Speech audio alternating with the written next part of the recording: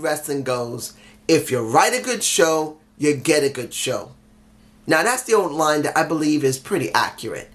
If you write well and the people are willing to go with it, it's not bad. And this show was not a bad show at all. It was a pretty good show. I do have a couple of caveats to it that I will talk about.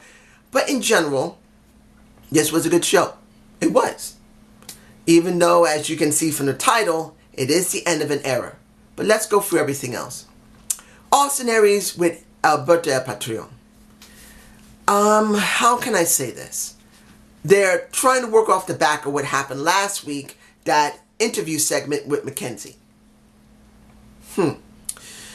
Alberto had a very short, well, I'm not saying it was super short, but it was a short promo he did before Austin Aries came out.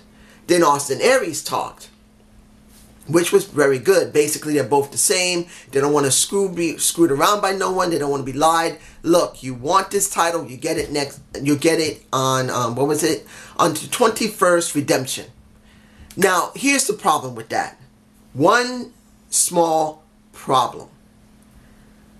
Before Austin Aries even announces that this is going to happen, Josh Matthews says on the 22nd, it's going to be done in Redemption. I really felt they should have waited until after Austin Aries had agreed to it. Yes, it's already been shown on Impact, but you didn't have to announce it beforehand. It made it sound like Austin Aries had announced at that moment that this is going to happen. No problem. Unless Austin Aries says, it's already been arranged from last week, I asked for it, I'm giving it to you, you're going to have your moment at Redemption. But he's saying, all right, you want this title? You want it? Okay, we'll have it done. Let's have it done at the pay-per-view. Fine. But by Josh Matthews saying it ahead of Austin Aries, I believe was a very bad thing. Why would he do that? Yes, it was put on the look, I understand these are taped and you can't always just set it up to make it work with the tapings. But you could have done something in this tapings where Josh didn't have to announce it immediately. Because it just messes up storyline. It just does. Now, this is a problem for me.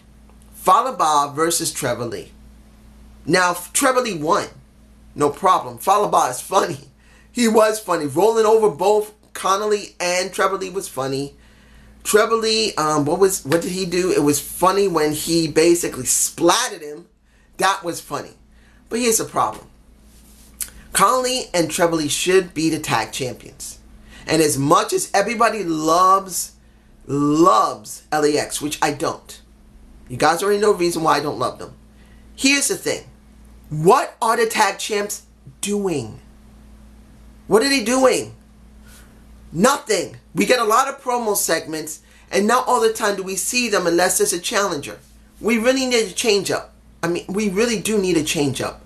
It would have been better to give it to the Cult of Lee, and then we see more from LAX, a little bit more than what we've been normally seeing. Instead of the damn clubhouse, give us something different. Right now, I've seen the clubhouse a whole bunch of times. I'm bored with it.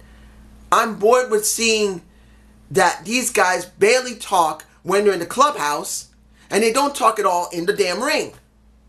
If you want to interest me personally, let these guys talk in the ring. Let Santina and Ortiz talk in the ring.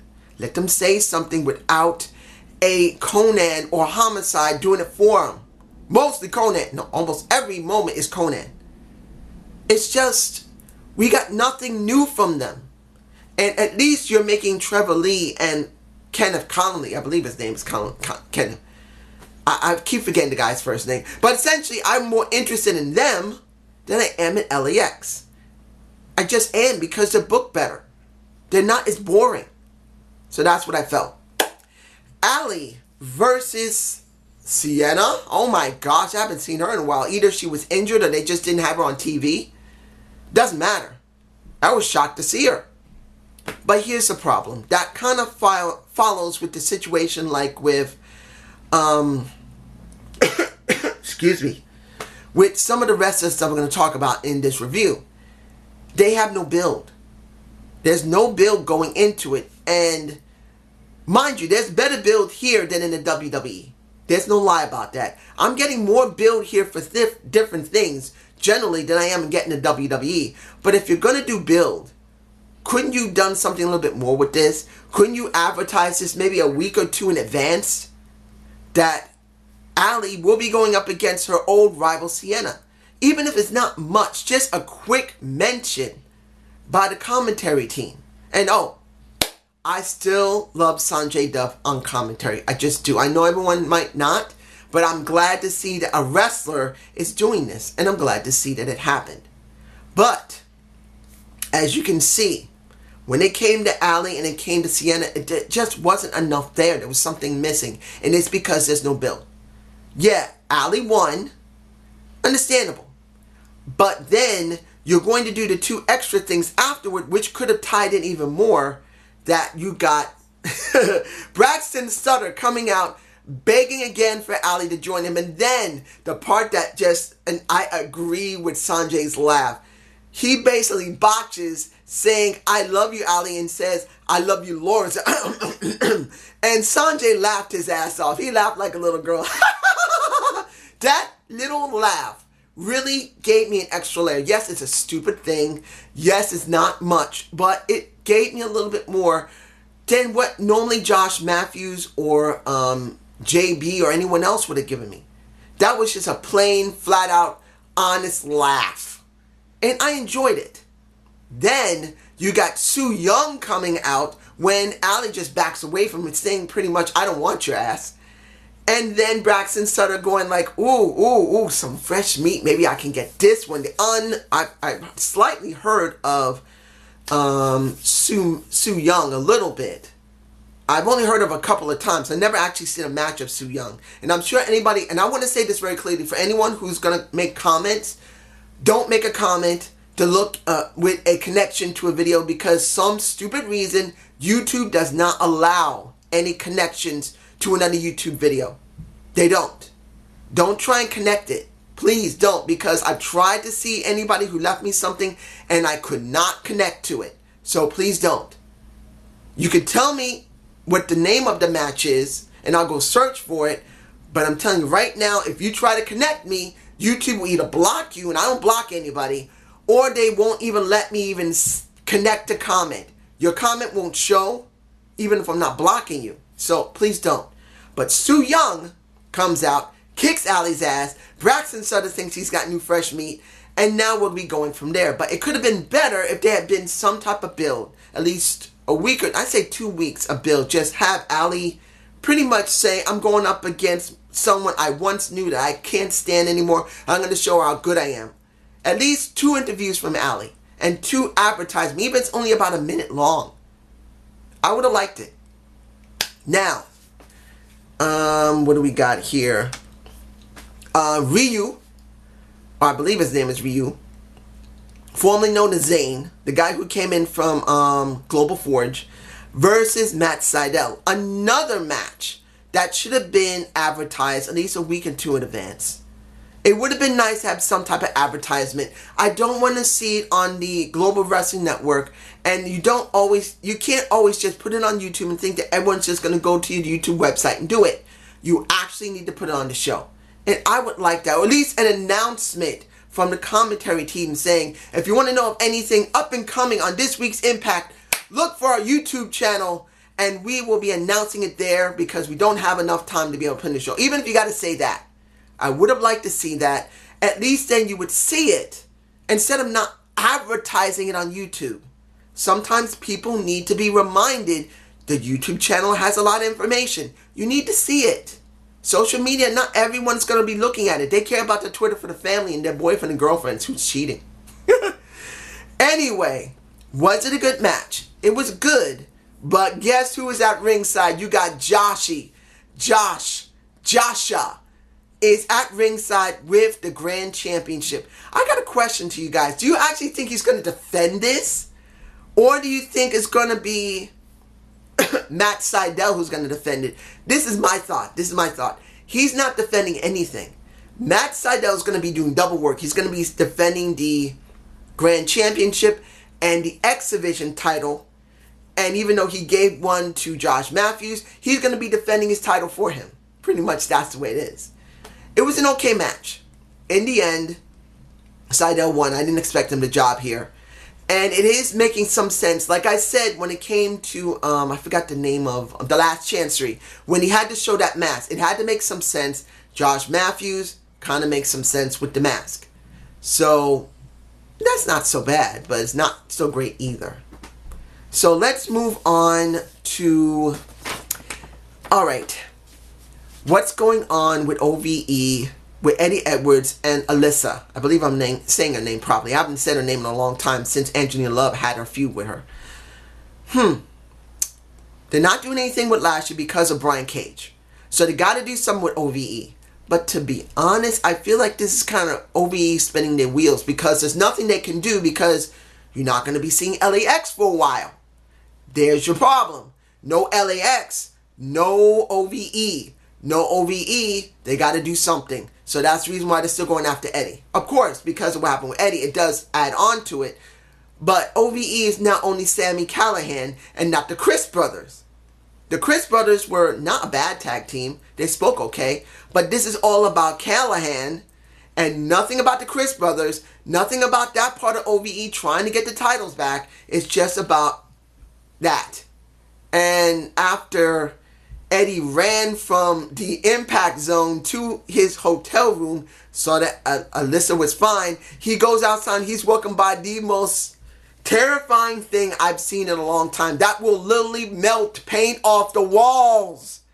And that is what's going across my face right now. And that is Sami Callihan wearing somewhat of a dress with freaking lipstick and a beard-ish, like a goatee beard. That was terrifying. It made me laugh and think, ugh. Gave me the freaking chills.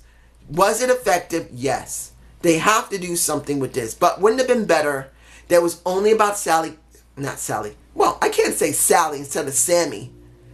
Instead of Sally Callihan and OVE, wouldn't it just been better to have Sami Callihan by himself? No OVE markings or nothing. The only time he's OVE is when he with the Chris brothers. I'm just saying. Now, let's see, am I forgetting anything? Alright, the match that was the weakest out of the lot, and that was the Monsters Ball match. I'm sure some people are going to say it wasn't that bad, and it wasn't. But here's the problem. It's too soon. There's the problem with this. You just got Father Mitchell back. James Mitchell's is back. And instead of building this up going into Redemption, because it's only a month away, month or so away, you couldn't build up into this. Let these guys fight on and off. Let the owners or the handlers of the monsters talk. Let the monsters punch each other and then one runs away from the other. I don't care. Why did you have to rush it now? I understand. Last week I was alright with it, but then I had to see this match and I saw there was something lacking. And I know what was lacking. A build. Yes, you had the build of going from Joseph Park to the Abyss. But then you went from getting the Abyss one time and you go straight to a Monsters Ball match that should be saved for Redemption. And if you're going to put over Congo Kong, which they did, not huge splash, onto the barbed wire, oof, you can see in my face. Damn it, that had to hurt. The point is, shouldn't this put over Congo Kong at a signature pay-per-view that can make you some money? It would have been better to build it up into Redemption. I just felt like this was a bit of a waste. It was still okay. It wasn't great, but it was okay. But still, what does this mean? Does this mean Father Mitchell is now gone? Because the Abyss lost? Because if this was only to put over Congo Kong with the Abyss, and Father Mitchell leaves, I'm going to be so freaking pissed off. And I know someone's going to start mentioning George. I don't remember his last name. His name is George. He's okay guy. Don't tell me. I don't want to know. Like I said in the comments, I'm not pissed at you if you give me a spoiler. I'm just like, I don't want to know. Please, don't tell me. But this is just, it would be sad if Father Mitchell's gone. And it kind of hurts Father Mitchell coming back for the Abyss. The Abyss is supposed to be a real monster. He didn't feel like it. He felt weak. Maybe it's because this is such a short thing next to the ring work that he did. I just felt like it could have been extended. Finally, the end of an era. Feast and fire. The briefcase is to be opened. Now, mind you, obviously they're going to make it go whatever they want. But I would have liked them to change it up. Why not give Moose the X Division title? Why not give Petey Williams the title for the tag titles? Find a tag team. And then give EC3 the world title. Why? Why couldn't you have done it that way? I know people would say, well, why not Moose be the world title? That's where he is now. He should be there. Well, it could have been that too. But you could have easily switched Petey Williams in and pretty much Eli Drake. Putting Eli as the X Division title holder. I know it's a reduction, but you can still do option C. Option C gives anyone who holds the X Division title the chance to go after the world title. And you could have done that with him too. Petey Williams getting the X Division thing, it's too telegraphed. And I would have something a little more. Put Petey Williams in a tag team with somebody. And at least OVE will have someone to work with. That's just me. Then finally, you got...